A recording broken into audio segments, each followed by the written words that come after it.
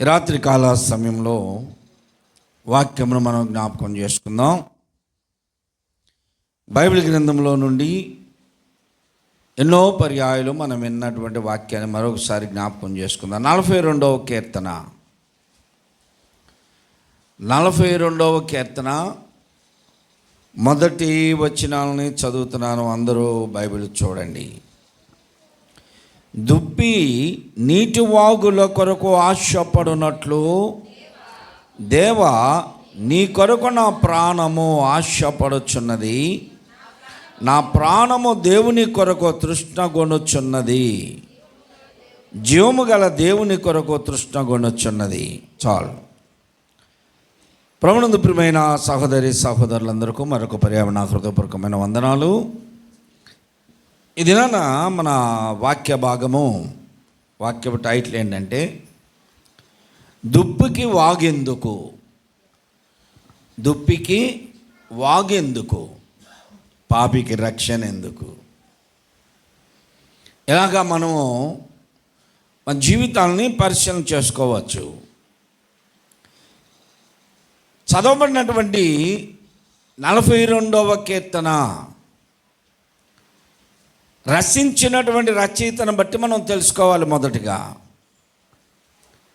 42వ కీర్తన 43, 44 ఇలాగా మనం చూస్తూ వెళితే ఆ పైన చిన్న అక్షరములలో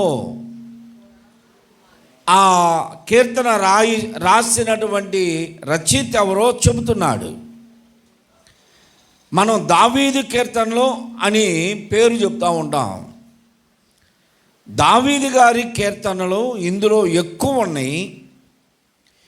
దావీదు గారు కాకుండా మరొక 7 ఇంచుమించు 7 ఈ కీర్తనలో పాలుభాగస్తులై ఉన్నారు. వాళ్ళు రచించినటువంటి కీర్తనలు ఇవి. కొరాహు కూడా 5-6 కీర్తనలు రచించాడు. అందులో ఇప్పుడు ఒకటి మనం చదువుకున్నాం. కొరాహు కుమారులు పాడినటువంటి పాట, చేసినటువంటి ప్రార్థన, వేడుకున్నటువంటి విన్నపం, పడినటువంటి పశ్చాత్తాపం, ఇవన్నీ కూడా వారి యొక్క రచనలలో మనం చూస్తాం. కీర్తనలో ఈ కొరాహు కుమారులు ప్రారంభంలోనే ఒక జంతువును చూపిస్తున్నారు. వారు పాట ప్రారంభంలోనే ఒక జంతువును చూపిస్తున్నారు. వారు చేస్తున్నటువంటి ప్రార్థనలో ఆ జంతువును పోలి ఉన్నామని చెప్పుకుంటూ బిగించేశారు. వారి వేదన దుఃఖములో ఏడుస్తూ, మా వేదన మా దుఃఖము, ఇదిగో ఎలా ఉన్నాము మేము అని ఆ జంతువును చూపిస్తూ వారు మాట్లాడుతూ ఉన్నారు. వారు ఎంత ఆశగా ఉన్నారో, దేని కొరకు వారు ఆశ పెట్టుకొని ఉన్నారో దానిని చెప్పడం కొరకు ఒక జంతువును చూపించారు. ఆ జంతువు యొక్క విధానమును మనము పరిశీలించినప్పుడు వీరు ఎలా ఉన్నారో దానిని చెప్పుకోవచ్చు. మన జీవితాల్లో మనము కూడా కొన్ని పోలికలు మనల్ని పోల్చుకుంటాం, ఇతరులను పోలుస్తూ ఉంటాం. మనల్ని మనం ఎప్పుడూ కూడా తక్కువ చేసుకొని పోల్చుకోం. మనల్ని మనం తక్కువ చేసి పోల్చుకోం. బైబిల్ గ్రంథంలో భక్తులు చీమను పోల్చుకున్నారు వారికి వారు, కుక్కను పోల్చుకున్నారు వారికి వారు, మిన్నల్లితో పోల్చుకున్నారు కొంతమంది. ఎలాగునా వారిని వారు ఎంత హెచ్చైనటువంటి జీవితంలో ఆధిక్యతలో ఉన్నా వారిని వారు తగ్గించుకుంటూ పనికిరానటువంటి వాటితో, తక్కువ జాతి వాటితో వారిని వారు పోల్చుకున్నారు. ఎదుటి వారిని పోల్చాల్సి వచ్చినప్పుడు, ఎదుటి వారిని గూర్చి చెప్పవలసి వచ్చినప్పుడు సింహముతో పోల్చారు, కొదమ సింహముతో పోల్చారు. ఎలాగునా బైబిల్ గ్రంథంలో మనం ఎన్నో విషయాలను చూడగలం. కొరహు యొక్క కుమారులు ఎందుకు ఈ జంతువుతో పోల్చుకున్నారు? కారణం ఏమిటి అంటే, ఆ దుప్పి యొక్క జీవితం ఎప్పుడు ప్రతి దినము లేచిన దగ్గర నుండి మొదటగా దానికి కావాల్సింది నీటి వాగులు. ఆ నీటి వాగులు ఎక్కడున్నాయా అని పరిగెడుతూ ఉంటుంది.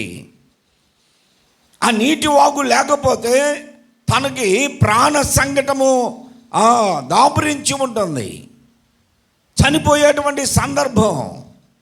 కనుకనేది నీటి వాగుల కొరకు ఆశపడుతూ ఉంటుంది. ఎందుకు ఈ దుప్పిని పోల్చుకున్నారు వీరు? కారణం ఏమిటి అంటే, కొరహు కుమారులు యవనస్తుల పిల్లలు వారి తండ్రి గారి కాలమును జ్ఞాపకం చేసుకున్నారు.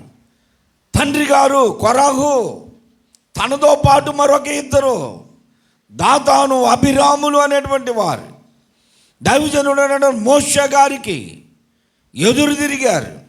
దైవజనుడైన మోషే గారిని ఎదిరించారు. దైవజనుడైన మోషే గారిని దూషించారు. ఆయనే గొప్పవాడా?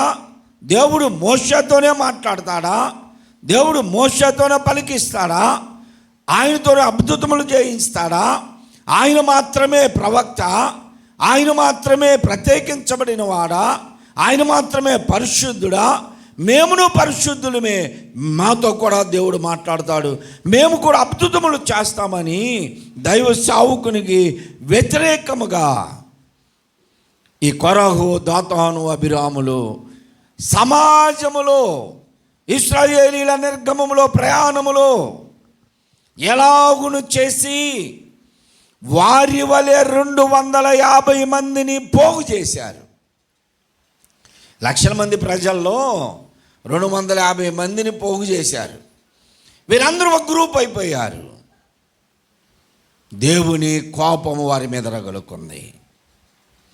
దేవుని కోపం వారి మీదకి రగులుకుంది.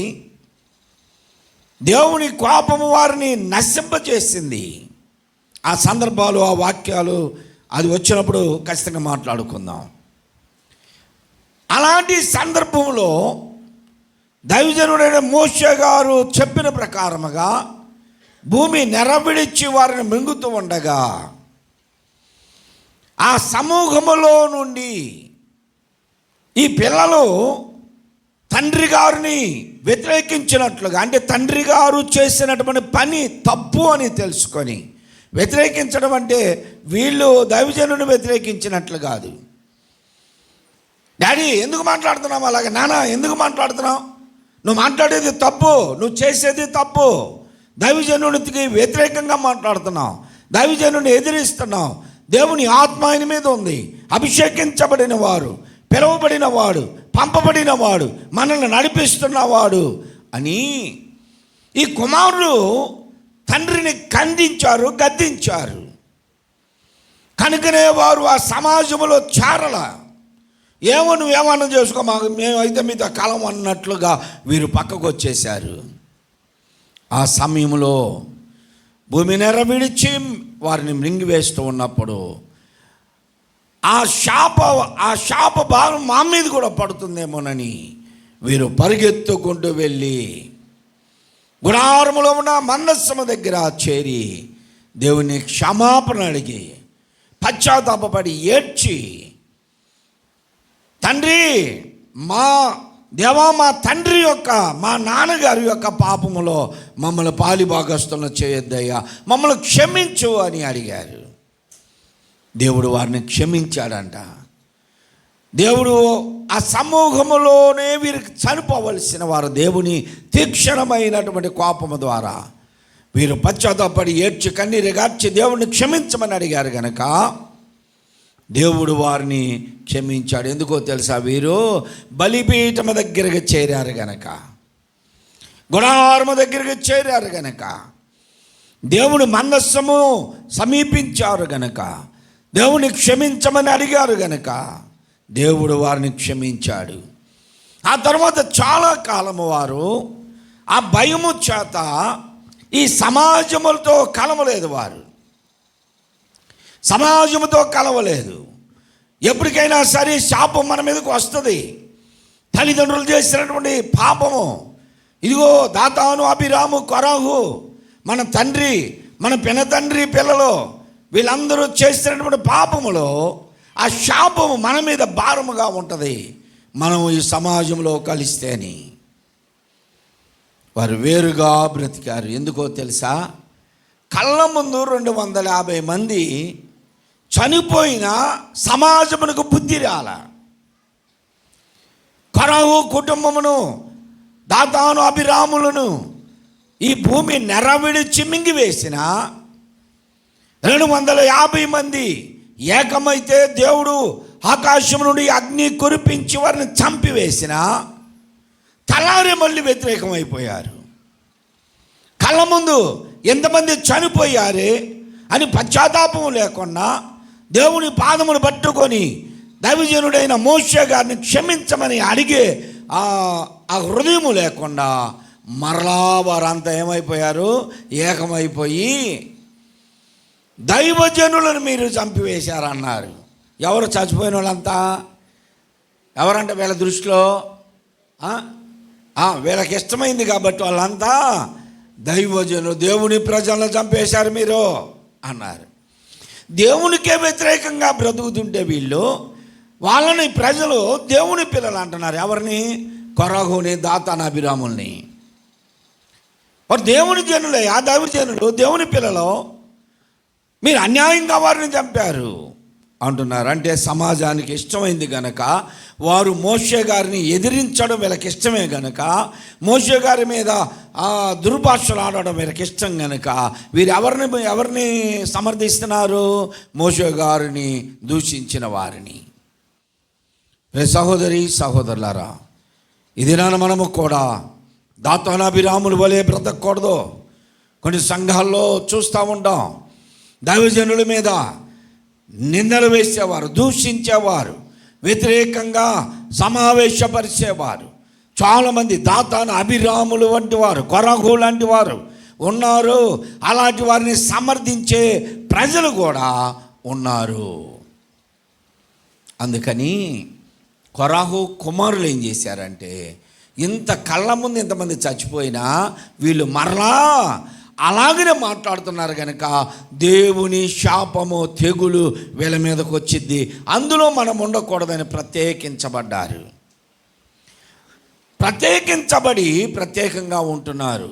వీరెప్పుడైతే ఆ మందస్సం దగ్గరికి, ఆ బలిపీఠం దగ్గరికి వెళ్ళారో దేవుని యొక్క ప్రత్యక్షత, సెకెనా మేఘములోని దేవుని ప్రత్యక్షతను వారు కళ్ళారా చూశారు. దేవుడు క్షమించాడు కనుక వారు చనిపోలా. ఇప్పుడు దూరంగా ఉన్నారు దేవుని సన్నిధికి. అందువల్ల వారు ఇప్పుడు హృదయము ఎంతగా ఆశపడుతుందో చెబుతున్నారు. దుప్పి నీటి వాగుల కొరకు ఆశపడినట్లుగా, దేవా నీ కొరకు నా ప్రాణం, దేవుని కొరకు వారి ప్రాణం ఆశపడుతుందంట. మన ప్రాణాలు కూడా ఆశపడతా ఉంటాయి. దేనికోసం అంటే శనివారం వస్తే ఆదివారం కోసం, బుధవారం వస్తే గురువారం కోసం, అంటే షడ్రుచుల కొరకు అలవాటైనటువంటి ప్రాణాలు. చాలామంది ఉదయం భోజనం చేస్తారు, టిఫిన్ చేస్తారు, మధ్యాహ్నం ఏం వండుకుందాం అంటారు, మధ్యాహ్నం తింటానే రాత్రికి ఏం వండుకుందాం అంటారు, రాత్రికి తింటానే రేపేం వండుకుందాం అనుకుంటుంటారు. అంటే ఎప్పుడు వీళ్ళ ప్రాణం అంతా తిండితోనే. కొంతమంది లోక సంబంధమైనటువంటి ఆశల కొరకు ప్రాణం తృష్ణకొని ఉంటుంది. చాలా కాలమైంది ఊరులు తిరగక, చాలా కాలమైంది పాపం లేక, చాలా కాలమైంది ఈ లోక సంబంధమైనటువంటి ఆశల కొరకు ప్రాకులాడుతూ ఉంటారు. దాని కొరకే ఆశ పెట్టుకొని ఉంటారు. కానీ ఈ కొరాహు కుమారులు వారి ప్రాణం దేని కొరకు ఆశ పెట్టుకుంది? దేని కొరకు? దేవుని కొరకంట. సహోదరి సహోదరులారా, ఈ వాక్యమును వింటున్నటువంటి వారు ఎవరైనా పర్వాలేదు, నువ్వెవరైనా సరే, నీ ప్రాణము దేవుని కొరకు ఆశ పెట్టుకొని ఉన్నదా? దేవుని సన్నిధానములోనికి వెళ్ళాలి, దేవునితో కాలమును గడపాలి. ఊరకు పాట పాడతాం కాదు, నీతే గడిపే ప్రతి క్షణము బా ఎంత ఆనంద బాష్పాలని పాటలు పాడుకోవడం, మరలా ఆదివారం దాకా పాట నోట లేకపోవడం, దేవుని సన్నిధానానికి వెళ్ళాలనే ఆశ, ఆతృత, ఆసక్తి, ఎవరి హృదయములో మంట పుడుతూ ఉంటుందో ఆసక్తి, దేవుని ఇంటిని గూర్చిన ఆసక్తి నన్ను భక్షించుతున్నది అంటాడు కీర్తనకారుడు. భక్షించడం అంటే కాలిపోవడం అన్నమాట. దేవుని ఇంటిని గూర్చిన ఆసక్తి నన్ను అసలు రగిలిచ్చేస్తుంది అని కీర్తనకారుడు అన్నాడు. ఎంతమంది జీవితాలు దేవుని సన్నిధానంలో గడపాలని, ప్రార్థనలో గడపాలని, దేవునితో మాట్లాడాలని, దేవుని మాటలు వినాలని ఎంతమంది హృదయం తృష్ణగొని ఉంటుంది. అలాంటి వారు దేవునికి ఇష్టలుగా ఉంటారు. ఇక్కడ వీళ్ళు కొరహు కుమారులు సమాజములో కలిస్తే దేవుని తెగులుతో చనిపోతాం, కోపముతో నశించిపోతామని సమాజమునికి కొంచెం దూరంగా ఉన్నారు. ఇప్పుడు వారి హృదయం అంట దేవుని సన్నిధికి ఎప్పుడు వెళ్దామని తృష్ణగొనుతూ ఉన్నదంట. ఈ 43, 44, 45 అధ్యాయాలు చదువుకుంటూ వస్తే 85, 86 అధ్యాయుల్లో చదివితే పిచ్చుకలకు బలిపీఠముల యొద్దే పిచ్చుకలకు స్థానము దొరికింది, గూళ్ళు కట్టుకోవడానికి వానకోవెలకి స్థానము దొరికింది. వీరే ఆ కీర్తన రాస్తున్నారు. ఇంత ఆశ ఎందుకుంది వీరి జీవితాల్లో, ఇంత తృష్ణ ఎందుకుంది వారి జీవితాల్లో? ఎందుకు ఒక జంతువును పోల్చి చెప్పుకున్నారు? మొదటిగా జంతువుని గురించి మనం గుర్తిస్తే దుప్పి అనేది భారీ కాయము కలిగి ఉంటుంది. యవన కాలంలో ఉండగా ఆ దుప్పి ముసలిదైతే ఒక రకంగా ఉంటుంది, చిన్నపిల్లగా ఉన్నప్పుడు ఒక రకంగా ఉంటుంది. యవన కాలం వస్తే అంటే బాగా యవన కాలంలో ఉన్నటువంటి ఆ దుప్పి శరీరము నుండి దుర్గంధము వస్తూ ఉంటుంది. చెమటాసన చిన్నపిల్లల దగ్గర వచ్చిందా? రాదా? చిన్నపిల్లల దగ్గర చెమటాసన రాదా? ఏమోనండి, పరీక్ష చేయలేదు మేము, ఆ వాసనలే ఎక్కువ వస్తాయి పిల్లల కాడ అనుకుంటారు కదా. చిన్నపిల్లలకి చెమట పట్టదు, అలాగే నీ చిన్నపిల్లల దగ్గర చెమటాసన రాదు. చెమట వాసన వస్తే యవనస్తులుగా ఎదుగుతున్న కొలది శరీరంలో చెమట వస్తుంది, దుర్గంధం వస్తుంది. కొంతమంది అంత సెంటు రాసుకొచ్చుకుని వాళ్ళ పక్కన కూర్చోలేరు. చూడండి, ఆ సెంటు రాస్తే కాసేపటికి అది మరో రకంగా వాసన వస్తూ ఉంటుంది. వీళ్ళు మరలా వారానికి ఒక పెద్ద సీసా పుష్మని కొట్టుకొని వస్తుంటారు, అయిపోతాయి. నేను ఒకసారి ప్రార్థన చేస్తా కూర్చున్నా, కళ్ళు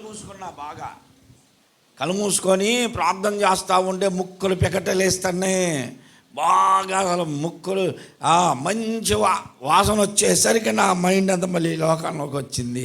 ఆ కళ్ళు తెరవలేదు, నా పలానోళ్ళు వచ్చారు అనేది తెలిసిపోయింది. వెంటనే తెలిసిపోయింది. అంటే ఆ చర్చి మొత్తం ఆ వాసన, ఆ రోజు యేసుప్రభు పాదాల మీద స్త్రీ చేసా పగలు కొట్టిపోస్తే ఇల్లంతా వాసన వచ్చినట్టు అంతగా రాసుకొని వచ్చిన వెళ్ళే సమయానికి చెమట పోస్తే చెమట కంపే వచ్చింది. యవనస్తుల దగ్గర ఇలాంటి దుర్గంధం వస్తుంది. ఈ దుప్పి కూడా యవన కాలంలోనికి వచ్చిన తర్వాత ఆ శరీరములో నుండి దుర్గంధం బయటకు వస్తూ ఉంటుంది. ఆ దుర్గంధం ద్వారా ఇది ఎక్కడ ఉందో దీని శత్రువు అయినటువంటి సింహానికి, పులికి, నక్కకి, తోడేలికి, సోనంగి కుక్కలకి ఇది ఎక్కడుందో వెంటనే అర్థమైపోద్ది. చూడండి, ఇప్పుడు మీరు పంచదార ఒక స్టీల్ బాక్స్లో పెట్టి మూత పెట్టి ఎక్కడో పైన పెట్టారు. తెల్లారిలోకి చీమలు అక్కడికి వెళ్తాయి. పంచదార డబ్బా ఆడబెట్టి నువ్వు చీమలు పుట్టకాడకి వెళ్ళి చీమలు ఆడబెట్టాను పోండి అని మీరు చెప్పి వెళ్తారా? తెల్లరులోకి అబ్బా ఎక్కడ పెట్టిన ఈ సేవల బతుకొని ఇట్లా మనల్ని అంటారు. కొంతమంది ఇంతకుముందు పెట్లుండే చెక్కపెట్టలో పెట్టు, నువ్వు ఎక్కడ పెట్టినా సరే చీమలకి పంచదార ఏం వాసన వచ్చింది చెప్పండి? పంచదార వాసన వచ్చిద్దా? రాదు కదా. మరి వాటికి ఎలా తెలుసు? దేవుడు వాడికి ఇచ్చిన జ్ఞానాన్ని బట్టి అవి వెళ్ళిపోతాయి. ఒక పంచదార పలుకు ఒకడు పట్టుకొని ఎదురొచ్చే వాటి అన్నిటికి అంటిస్తా పోద్ది. అదిగో అక్కడుందా పోండి, అక్కడుందా పోండి అని వాడికి తెలుసు. నువ్వు ఎక్కడో లోపల దాచిపెడితే ఎలుకలకి తెలుసు ఆ వాసన. మీరు కనిపెట్టండి, ఎలుక వచ్చి అక్కడ నిలబడి ఎట్ట చూస్తూ ఉంటుంది, చేతులు ఇట్టంట వాసన బట్టి వెళ్ళిపోద్ది ఖచ్చితంగా అక్కడికి. నువ్వు ఎక్కడో పైన దాచి పెడతావు ఆ దండం మీద తెచ్చి, ఏదో మాంసాహారమో ఏదో కుక్కొచ్చి నీ ఇంటి ముందే నిలబడి ఖచ్చితంగా వాసన చూస్తూ ఉంటుంది. ఆ వాసన పసిగట్టి కనిపెట్టే శక్తి ఖచ్చితంగా జంతువులకి, పక్షులకి, చీమతో సహా దేవుడు ఇచ్చాడు వాటికి. అలాగనే ఈ దుప్పి ఎక్కడ ఉందో దాని శత్రువుకి దుప్పి శరీరంలో నుండి వచ్చేటువంటి దుర్గంధాన్ని బట్టి ఆ జంతువులన్నీ వచ్చేస్తాయి. నేషనల్ జియోగ్రఫీలో చూస్తూ ఉంటాను నేను. ఆ జింక అప్పుడే అది ఈనింది పిల్లల్ని, అప్పుడే చుట్టూ స్వానంగా కుక్కలన్నీ కాపేసుకొని ఉంటాయి, సింహం వచ్చింది, అన్నీ రెడీగా ఉంటాయి. ఎక్కడున్నాయో మరేవి ఇది ఈయన కాసేపటికే ఆ వాసన బట్టి వచ్చేస్తాయి. దుప్పి శరీరంలో నుండి వస్తున్నటువంటి దుర్గంధం ఆ స్థలములో గాలి ద్వారా వ్యాపించిపోద్ది. అందుకని జంతువులు వస్తాయి, ఎక్కడున్నా సరే కనిపెట్టుకొని వస్తాయి. అందుకని దుప్పి ప్రతిరోజు లేచిన వెంటనే అదేం చేస్తుందంటే నీటి వాగులు ఎక్కడున్నాయో అక్కడికి వెళ్ళి ఆ వాగులో కూర్చోవాలి. పారే నీటిలో తన శరీరం మీద ఉన్న దుర్గంధం అంతా పోయిన తర్వాత లేచి బయటకు వచ్చి అప్పుడు మేత మేస్తుంది. అందువలన అది నీటి వాగులు ఎక్కడున్నాయో దేవులాడిద్ది. ఎండమాములు చూసి నీటి వాగులు అనుకొని పరిగెత్తుతూ ఉంటుందంట. అదిగో అక్కడెక్కడో నీటి వాగు ఉన్నట్టుందని అక్కడికి వెళితే అక్కడ కూడా ఎండమామే ఇంకా దూరంగా కనిపిస్తూ ఉంటే అలా పరిగెడుతూ ఉంటే దాని శరీరములో ఆ చెమట గ్రంథుల్లో నుండి చెమట ఎక్కువగా వెళ్ళిపోయి అప్పుడు దాని శరీరం దుర్గంధం కొంచెం పోతుంది, కానీ పూర్తిగా పోదు. ఎందుకు ఇప్పుడు ఈ కొరహు కుమారులు దుప్పిని పోల్చుకున్నారు? కారణం ఏమిటి అంటే దుప్పికి నీటి వాగు ఎందుకు అని మన వాక్య ప్రారంభంలో చెప్పాను. దుప్పికి నీటి వాగు ఎందుకంటే తన దుర్గంధమును పోగొట్టుకోవడానికి, శత్రు ఆ చేతికి చిక్కకుండా తాను తప్పించుకొని బ్రతకడానికి. సహోదరి సహోదరులారా, మనము కూడా ఇదిగో కొరహు కుమారుల వలె ఉన్నాం. దేవుని సన్నిధికి దూరముగా ఉన్నాం. దేవుని సన్నిధానమును మనం విడిచిపెట్టాం. దేవుని పిల్లలకు వ్యతిరేకులమయ్యాం. దేవుని సావుకులను దూషిస్తూ ఉన్నాం. దేవుని వాక్యమునకు మనం వ్యతిరేకముగా ఉన్నాం. ఇవన్నీ బట్టి దేవుడు మనల్ని శిక్షించకుండా ఉండాలి అంటే ఇప్పుడు మనము దుప్పి నీటి వాగుల కొరకు ఎదురు చూసినట్లుగా మనము కూడా ఈ నీటి వాగుల కొరకు ఎదురు చూడాలి, పరిగెత్తాలి. నీటి వాగులు ఎక్కడున్నాయి, నీరు ఎక్కడ దొరుకుతుంది అని ఆ నీటిలో మనం కడుక్కోవడానికి, మన జీవితాలని కడగడానికి, మన బలహీనతలను కనుక్కోవడానికి నీటి వాగులు, నీళ్లు ఎక్కడున్నాయో చూడాలి. అందుకనే దైవజనుడు పాట రాశాడు, నీటి వాగుల కొరకు దుప్పి ఆశించినట్లు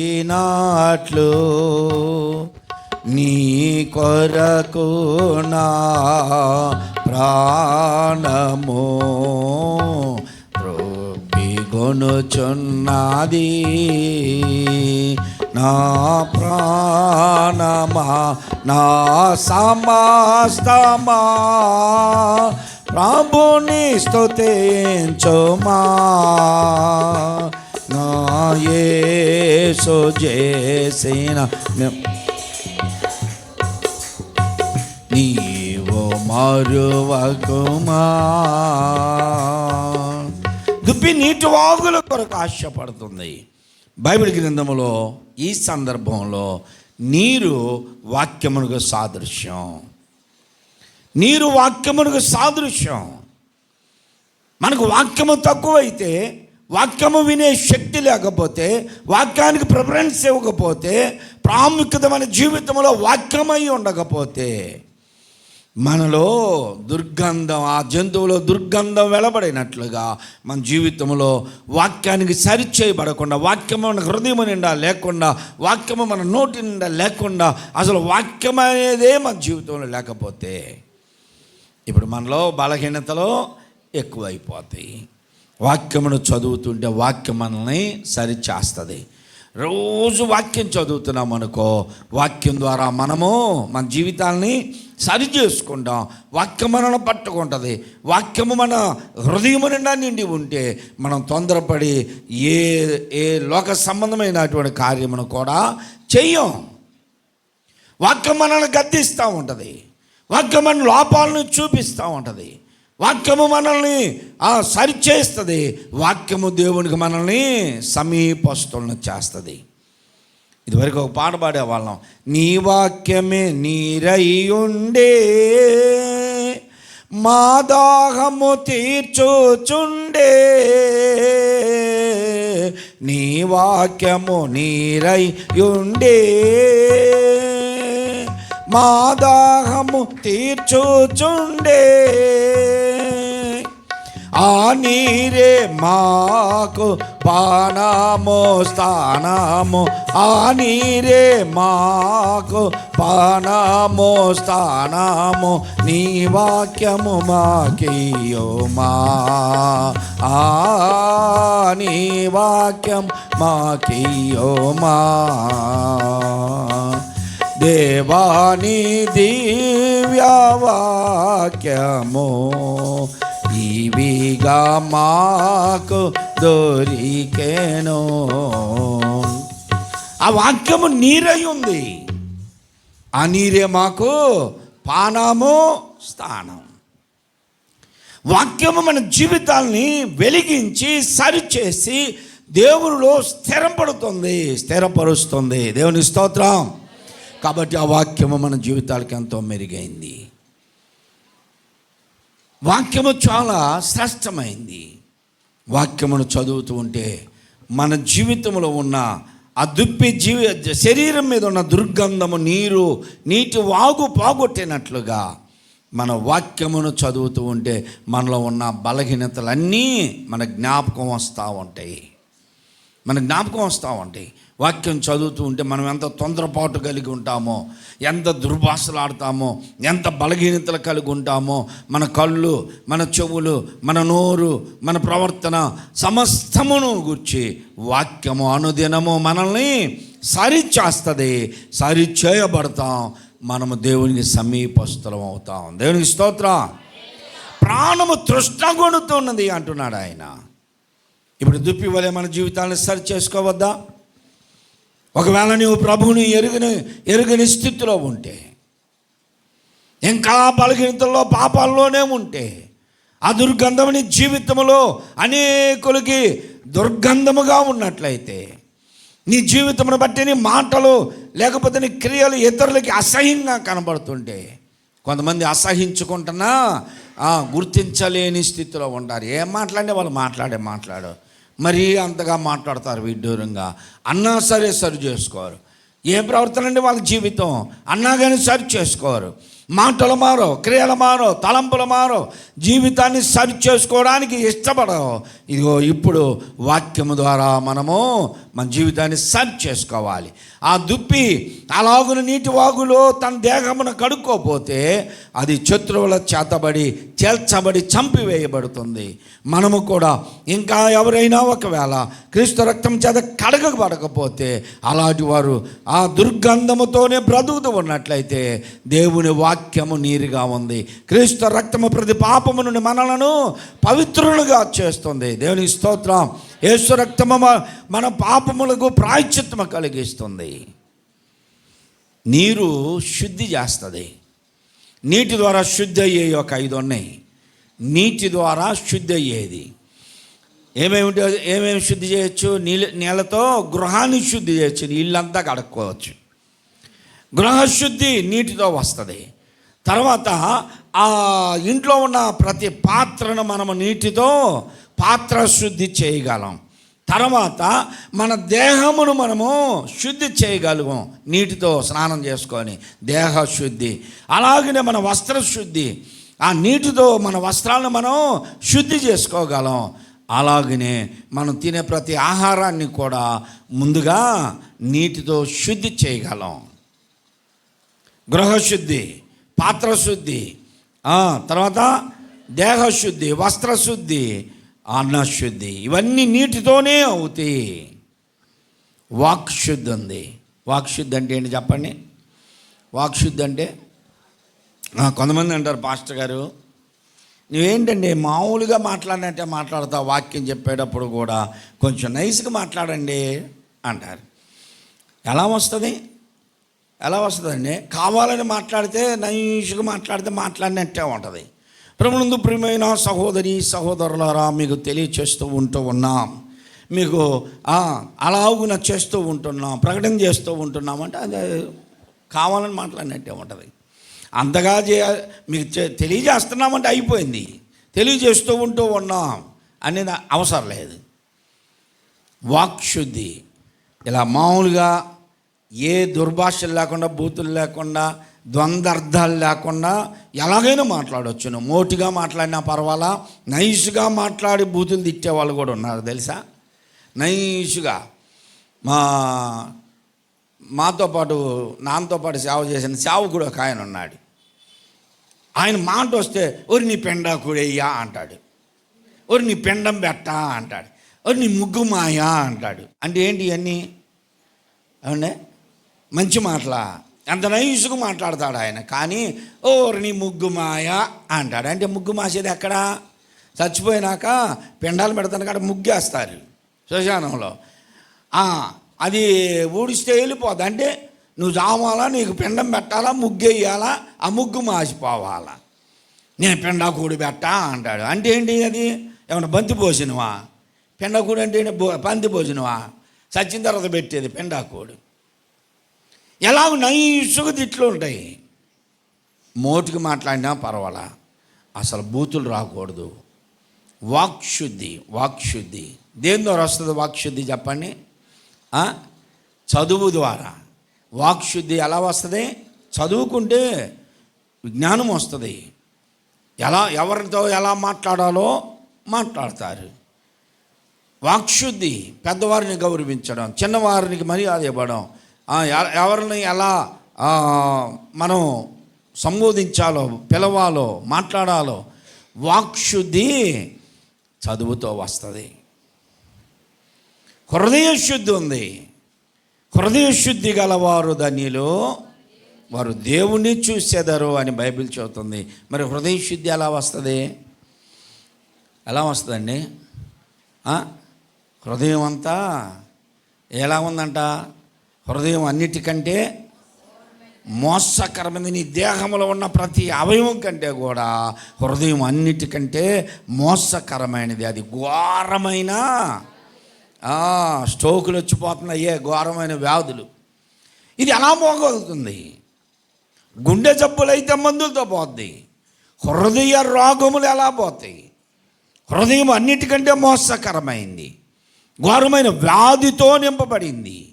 అది ఏ వ్యాధి అంటే స్ట్రోకులు కాదు, యాంజియోగ్రామ్ వేసినా లేకపోతే స్టంట్ వేసినా ఈ హృదయ రోగం పోదు. గుండె జబ్బులు బాగు చేయొచ్చు, కానీ హృదయ రోగం పోవాలి. హృదయ శుద్ధి ఎలా వస్తుంది అంటే దేవుని వాక్యమును వినుట ద్వారా విశ్వాసం కలుగుతుంది, పశ్చాత్తాపం వస్తుంది, కన్నీళ్లు కారుస్తావు, క్రీస్తు రక్తము చేత కడగబడతావు. అప్పుడు నీవు హృదయ శుద్ధితో ఉంటావు, పాపశుద్ధి కలుగుతుంది. దేవునికి స్తోత్రం. దుప్పికి వాగులు ఎందుకంటే తన దుర్గంధాన్ని పోగొట్టుకోవడానికి. పాపికి రక్షణ ఎక్కడ నుండి అంటే నిత్య నరకాగ్ని ఉన్నది. నువ్వు నిత్యరాజ్యమునికి వెళ్ళాలనే ఆశ ఉంది. నువ్వు చేసే పనులు చేస్తూ నీ ఇష్టానుసారంగా జీవిస్తూ నువ్వు చనిపోతే స్వర్గం వెళ్ళాలనుకుంటున్నావు, పరలోకం వెళ్ళాలనుకుంటున్నావే, ఇది తప్పు. కాలేజీ చేరాలంటే ఆరో సంవత్సరం పిల్లల్ని తీసుకెళ్ళి కాలేజీలో చేర్చుకోండి, ఇంటర్మీడియట్లో అంటే చేర్చుకుంటారా? ఎట్లో కట్టలేండి, వాడే చదువుకుంటాడంటే వాడికి వయసు లేదు, తగిన అర్హత చదువు లేదు. లేదండి మేము ఇంటర్మీడియట్ సరిపోయే ఫీజులు కడతాం, బుక్స్ కొంటాం అన్నా కానీ వాళ్ళు ఏమంటారు, ముందు 10th పాస్ అయ్యి రానియండి అంటారు. 10th పాస్ అయ్యి వస్తేనే ఇంటర్లోకి. ఇప్పుడు నీవు పరలోకం వెళ్ళాలంటే నీవు ఇక్కడ పాస్ అవ్వాల్సినవి ఉన్నాయి. పాపమును జయించాలి, పరిశుద్ధులుగా మార్చబడాలి, లోకమును జయించాలి, నిత్యరాజ్యమునకు పరలోకము కొరకు ఎదురు చూడాలి. నీవు శాపములను జయించాలి, శాపములు బాపినటువంటి ప్రభువుని నీ స్వరక్షకునిగా అంగీకరించాలి. అప్పుడు నువ్వు గెలిచేది, అప్పుడు నీవు పాస్ అయ్యేది, అప్పుడు నువ్వు పరలోకానికి వెళ్ళేది. ఇవేమీ చేయకుండా మనము ధనంతో కొనలేనిది ఏది ఇచ్చినా మనము కొనలేని పరలోకాన్ని దేవుడు మనకు ఉచితముగా ఇచ్చాడు. దేవునికి స్తోత్రం.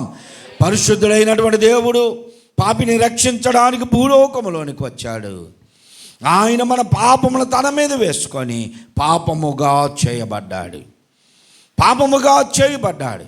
నేరము చేయని అయినా నేరస్తుని లెక్కలో చేర్చబడ్డాడు.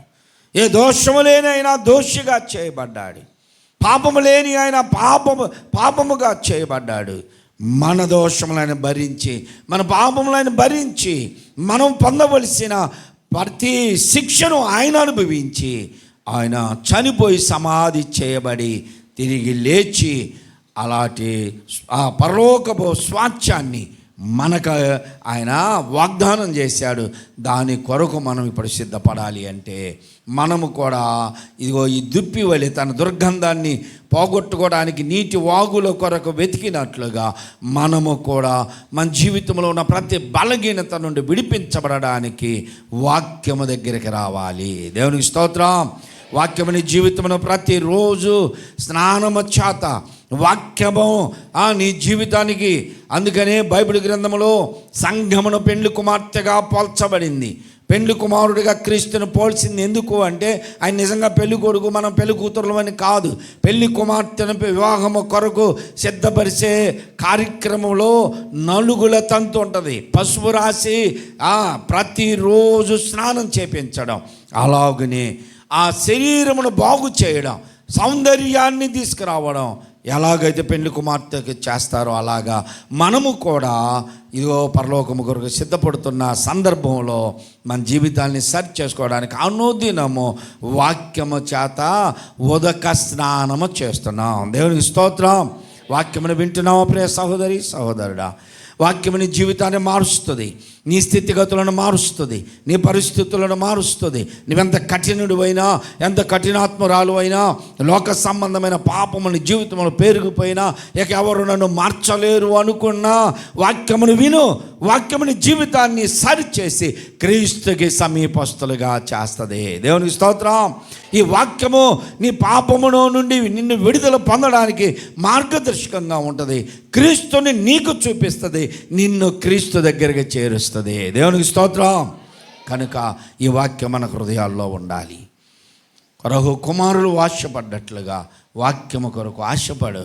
వాక్యాలు తీసుకొచ్చి ఇంట్లో గోళ్ళకి, బీరువాళ్ళకి, ఫ్రిడ్జ్లకి, వంట రూమ్లో అక్కడక్కడ తగిలిచ్చి మెల్లవగా సిలువేసుకొని చేతిలో ఒక బైబిల్ పెట్టుకొని నువ్వు ఎంత తిరిగినా ఆ వాక్యము గోడలకి, ఫ్రిడ్జ్లకి, బీరువాళ్ళకి, తలుపులకి ఉండటమే తప్ప నీ హృదయంలోనికి రాదు. నీ వాక్యమే నన్ను బ్రతికించును, బాధలలో నెమ్మదినిచ్చును. కృపాశక్తి దయాశక్తి సంపూర్ణుడా, వాక్యమై ఉన్న యేసు. కృపాశక్తి దయాశక్తి సంపూర్ణుడా, వాక్యమై ఉన్న యేసు. నీ వాక్యమే నన్ను బ్రతికించును, బాధలలో నెమ్మదినిచ్చును. ఎన్నో పర్యాయాలు మా జీవితాల్లో నేను ఎన్నోసార్లు వాక్యాల్లో కూడా చెప్పాను మీకు. భయంకరమైన వేదనతో ఉంటే, హృదయమంతా భారంతో ఉంటే, ప్రజలు వేసే నిందలో తోటి సహోదరులు స్నేహితులుగా ఉంటూనే నా పైన ఎంతగా కక్ష సాధింపు చేస్తారు, కుటుంబీకులు కూడా, కుటుంబాల్లో కూడా. ఇవన్నీ ఎన్ని ఉన్నా సరే ఏ రోజు నేను చింతించను, కృంగిపోను. దేవుని పాటలతో నా జీవితాన్ని ప్రభువుకి సమర్పించుకుంటూ ఉంటా, పాడుకుంటూ ఉంటాను పాటలు. నా ముందు సిలువ, నా వెనుక లోకాశం, నాదే దారి, నా చుట్టూ విరోధు, నా మనసులో ప్రభు, నా చుట్టూ విరోధు, నా వారెవరు, నా యేసుని మించిన మిత్రు నాకెళ్ళలోగా నిపించరని, నా యేసుని మించిన మిత్రు నాకెళ్ళలోగా నిపించరని, నే యేసుని వెంబడితునని నేడే గాని చేతిని, నే వెన్నుదిరుగా వెనుకాడ నేడే సోడు బేల్చిన సుదినం. దేవుని స్తోత్రం. నా ముందు సిలువ ఉంది, నన్ను పిలిచిన వాడు నమ్మదగినవాడు, నేను ఆయన్ని వెంబడిస్తున్నాను. శ్రమైన, బాధైన, కరువైన, ఖడ్గమైన, వస్త్రహీనత, ఉపద్రవమైనా సరే యేసును వెంబడిస్తాను. ఎన్నో ఎన్నో పరిస్థితుల్లో నుండి ప్రభు వైపు చూశాను. నా ముందు సిలువ ఉంది, వెనక లోకాశలు. ఒకనొక సమయంలో స్తంభాలగరులో ఉంటున్నాం. అప్పుడు మేము చిన్న పిల్లలు, సరైనటువంటి ఆదాయం లేదు, కానుకలు కూడా రావటం లేదు. పావుల రూపాయలు ఉన్న సందర్భంలో ఫెయిత్ లూథరన్ డైరెక్టర్ గారు, ఫెయిత్ లూథరన్ మిషన్ లూగోస్ కంపెనీలో ఉంది ఇప్పుడు, దాసరి భూషణ్ రావు గారు పిలిపించి, రేపల్లె ఏరియాలో సేవకు పంపిస్తాను, అప్పుడు నాకు ఒక డొక్కు సైకిలే ఉంది, మొబైల్ కొనిస్తానన్నాడు. నువ్వు వెళ్ళి సేవ పరిచయం చేసుకో, నెల జీతం ఇస్తాను అన్నాడు. నాకు సంతోషం వేసింది, మంచిది, వెళ్తాను అన్నాను. అప్పటికి నాన్నగారు ఉన్నారు కనుక, నాన్నున్నారు, నేను వెళ్తాను. సరే రేపొచ్చి కొంత నీ ఖర్చులకి అమౌంట్ తీసుకో, వచ్చే వారంలో నీకు బండి కొనిస్తానన్నాడు. చాలా సంతోషం వేసింది. సైకిల్ మీద సేవ చేస్తున్నాను, కష్టతరంగా, కుటుంబంలో భోజన పరిస్థితులు కూడా కష్టతరంగా ఉన్న ఆ సందర్భాల్లో ఒక నాయకుడు పిలిచి సంఘాన్ని అప్పగించి, ఏరియాని అప్పగించి, జీతం ఇచ్చి, ఇంటద్దిచ్చి, పిల్లల ఫీజులు ఇస్తామని సంఘాన్ని అప్పగిస్తే సంతోషంగా వెళతానన్నాను. ఆ తర్వాత సోమవారం మరలా పిలిచి, శనివారం నుంచి వెళ్ళిపోవాల్సిందే, నీవు నీ భార్య పిల్లలు వెళ్ళాలి అన్నారు. నేను వెళ్తాను మొదటగా.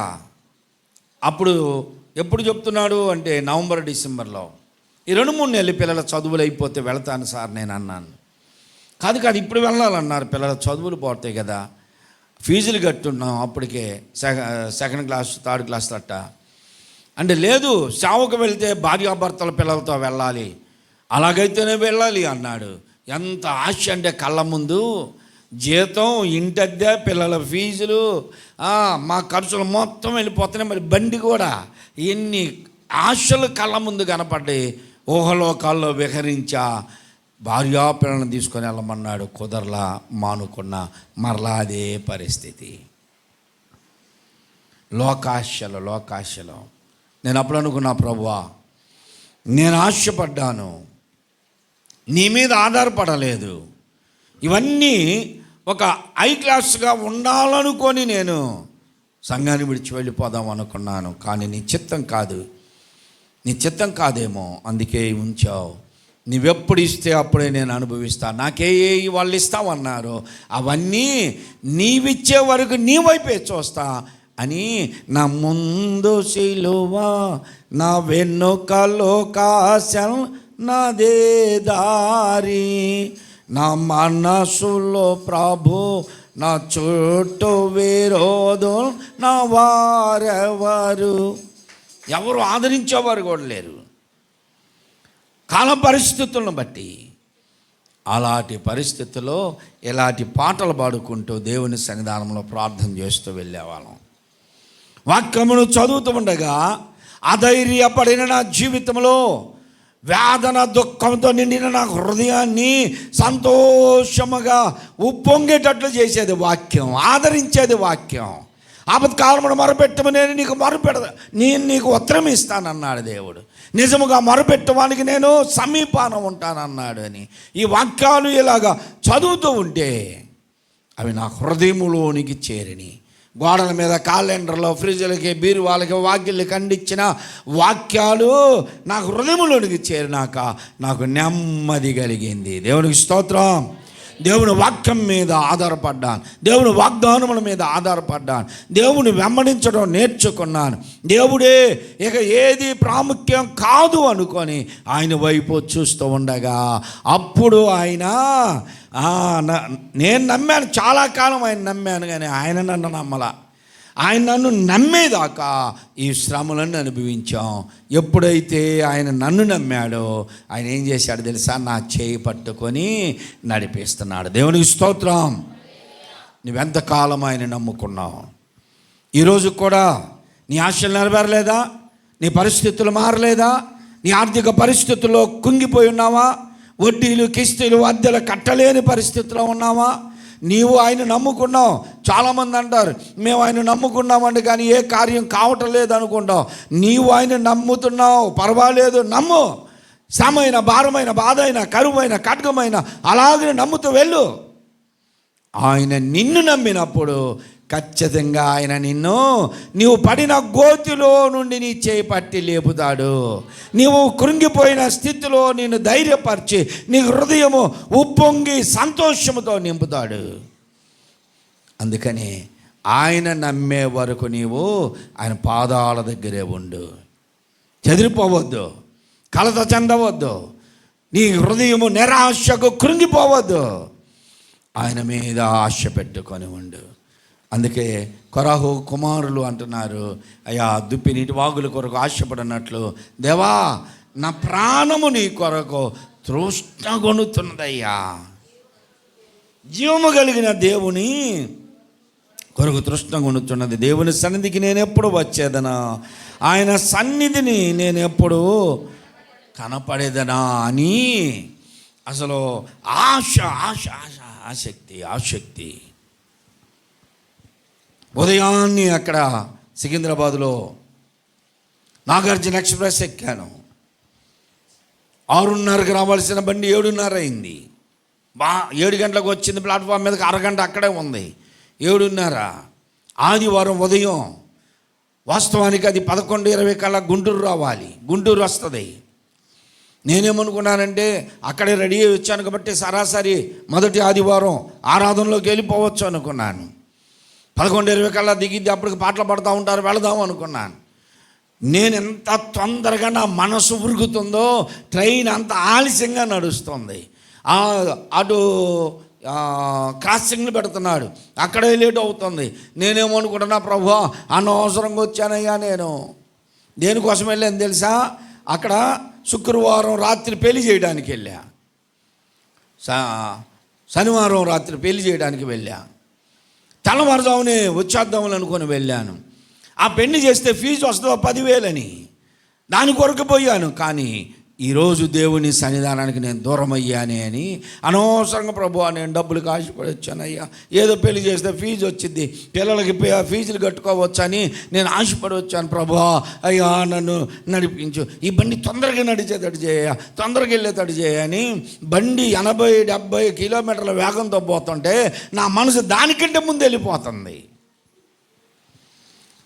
అంతగా ఎందుకో తెలుసా? దేని కొరకు ప్రయాసపడుతున్నా? ఆరాధనలో ఉండాలి, నేను ఆరాధనలో ఉండాలి. ఈరోజు ఆదివారం దేవుని సన్నిధానంలో ఉండాలని ఆశ. ఆలస్యమవుతుంది అనుకొని తీరా ఈ మధ్యలోనే టయాన్ని కవర్ చేశాడు, తీసుకొచ్చి 11:30 కల్లా దింపాడు. వెంటనే ఆటో పెట్టుకొని చర్చికి వచ్చేసాను. తృష్ణ కొనాలి దేవుని వాక్యం మీద. దేవుని వాక్యం అంటే ఆశ ఉండాలి. పాటలు పాడుకోవడం, ప్రార్థన చేయడం, ఇవన్నీ కూడా మన జీవితంలో ఉంటే ఎప్పుడు వెళ్దాం దేవుని సన్నిధానానికి, ఎప్పుడు వెళ్దాం, ఎప్పుడు కనిపెడదాం అని ఉంటే మనము శుద్ధీకరించబడతాం. దేవుని వాక్యము మన హృదయాన్ని పశ్చాత్తాపంలోని తెస్తుంది. కన్నీరు గారుస్తాం, ఏడుస్తాం, పాపములు ఒప్పుకుంటాం, క్రీస్తు రక్తం చేత కడగబడతాం, దేవుని రాజ్యమునకు వారసులవుతాం, దేవుని బిడ్డలుగా మార్చబడతాం. అప్పుడు ఖచ్చితంగా మనము దేవుని పిల్లలుగా ఉంటాం. దేవుడి మాటలు దీవించునుగాక. ఆమేన్. అందరు తలలు వంచండి, కళ్ళు మూసుకోండి. ఒకసారి లేచి నిలబడండి. అందరూ లేచి నిలబడండి.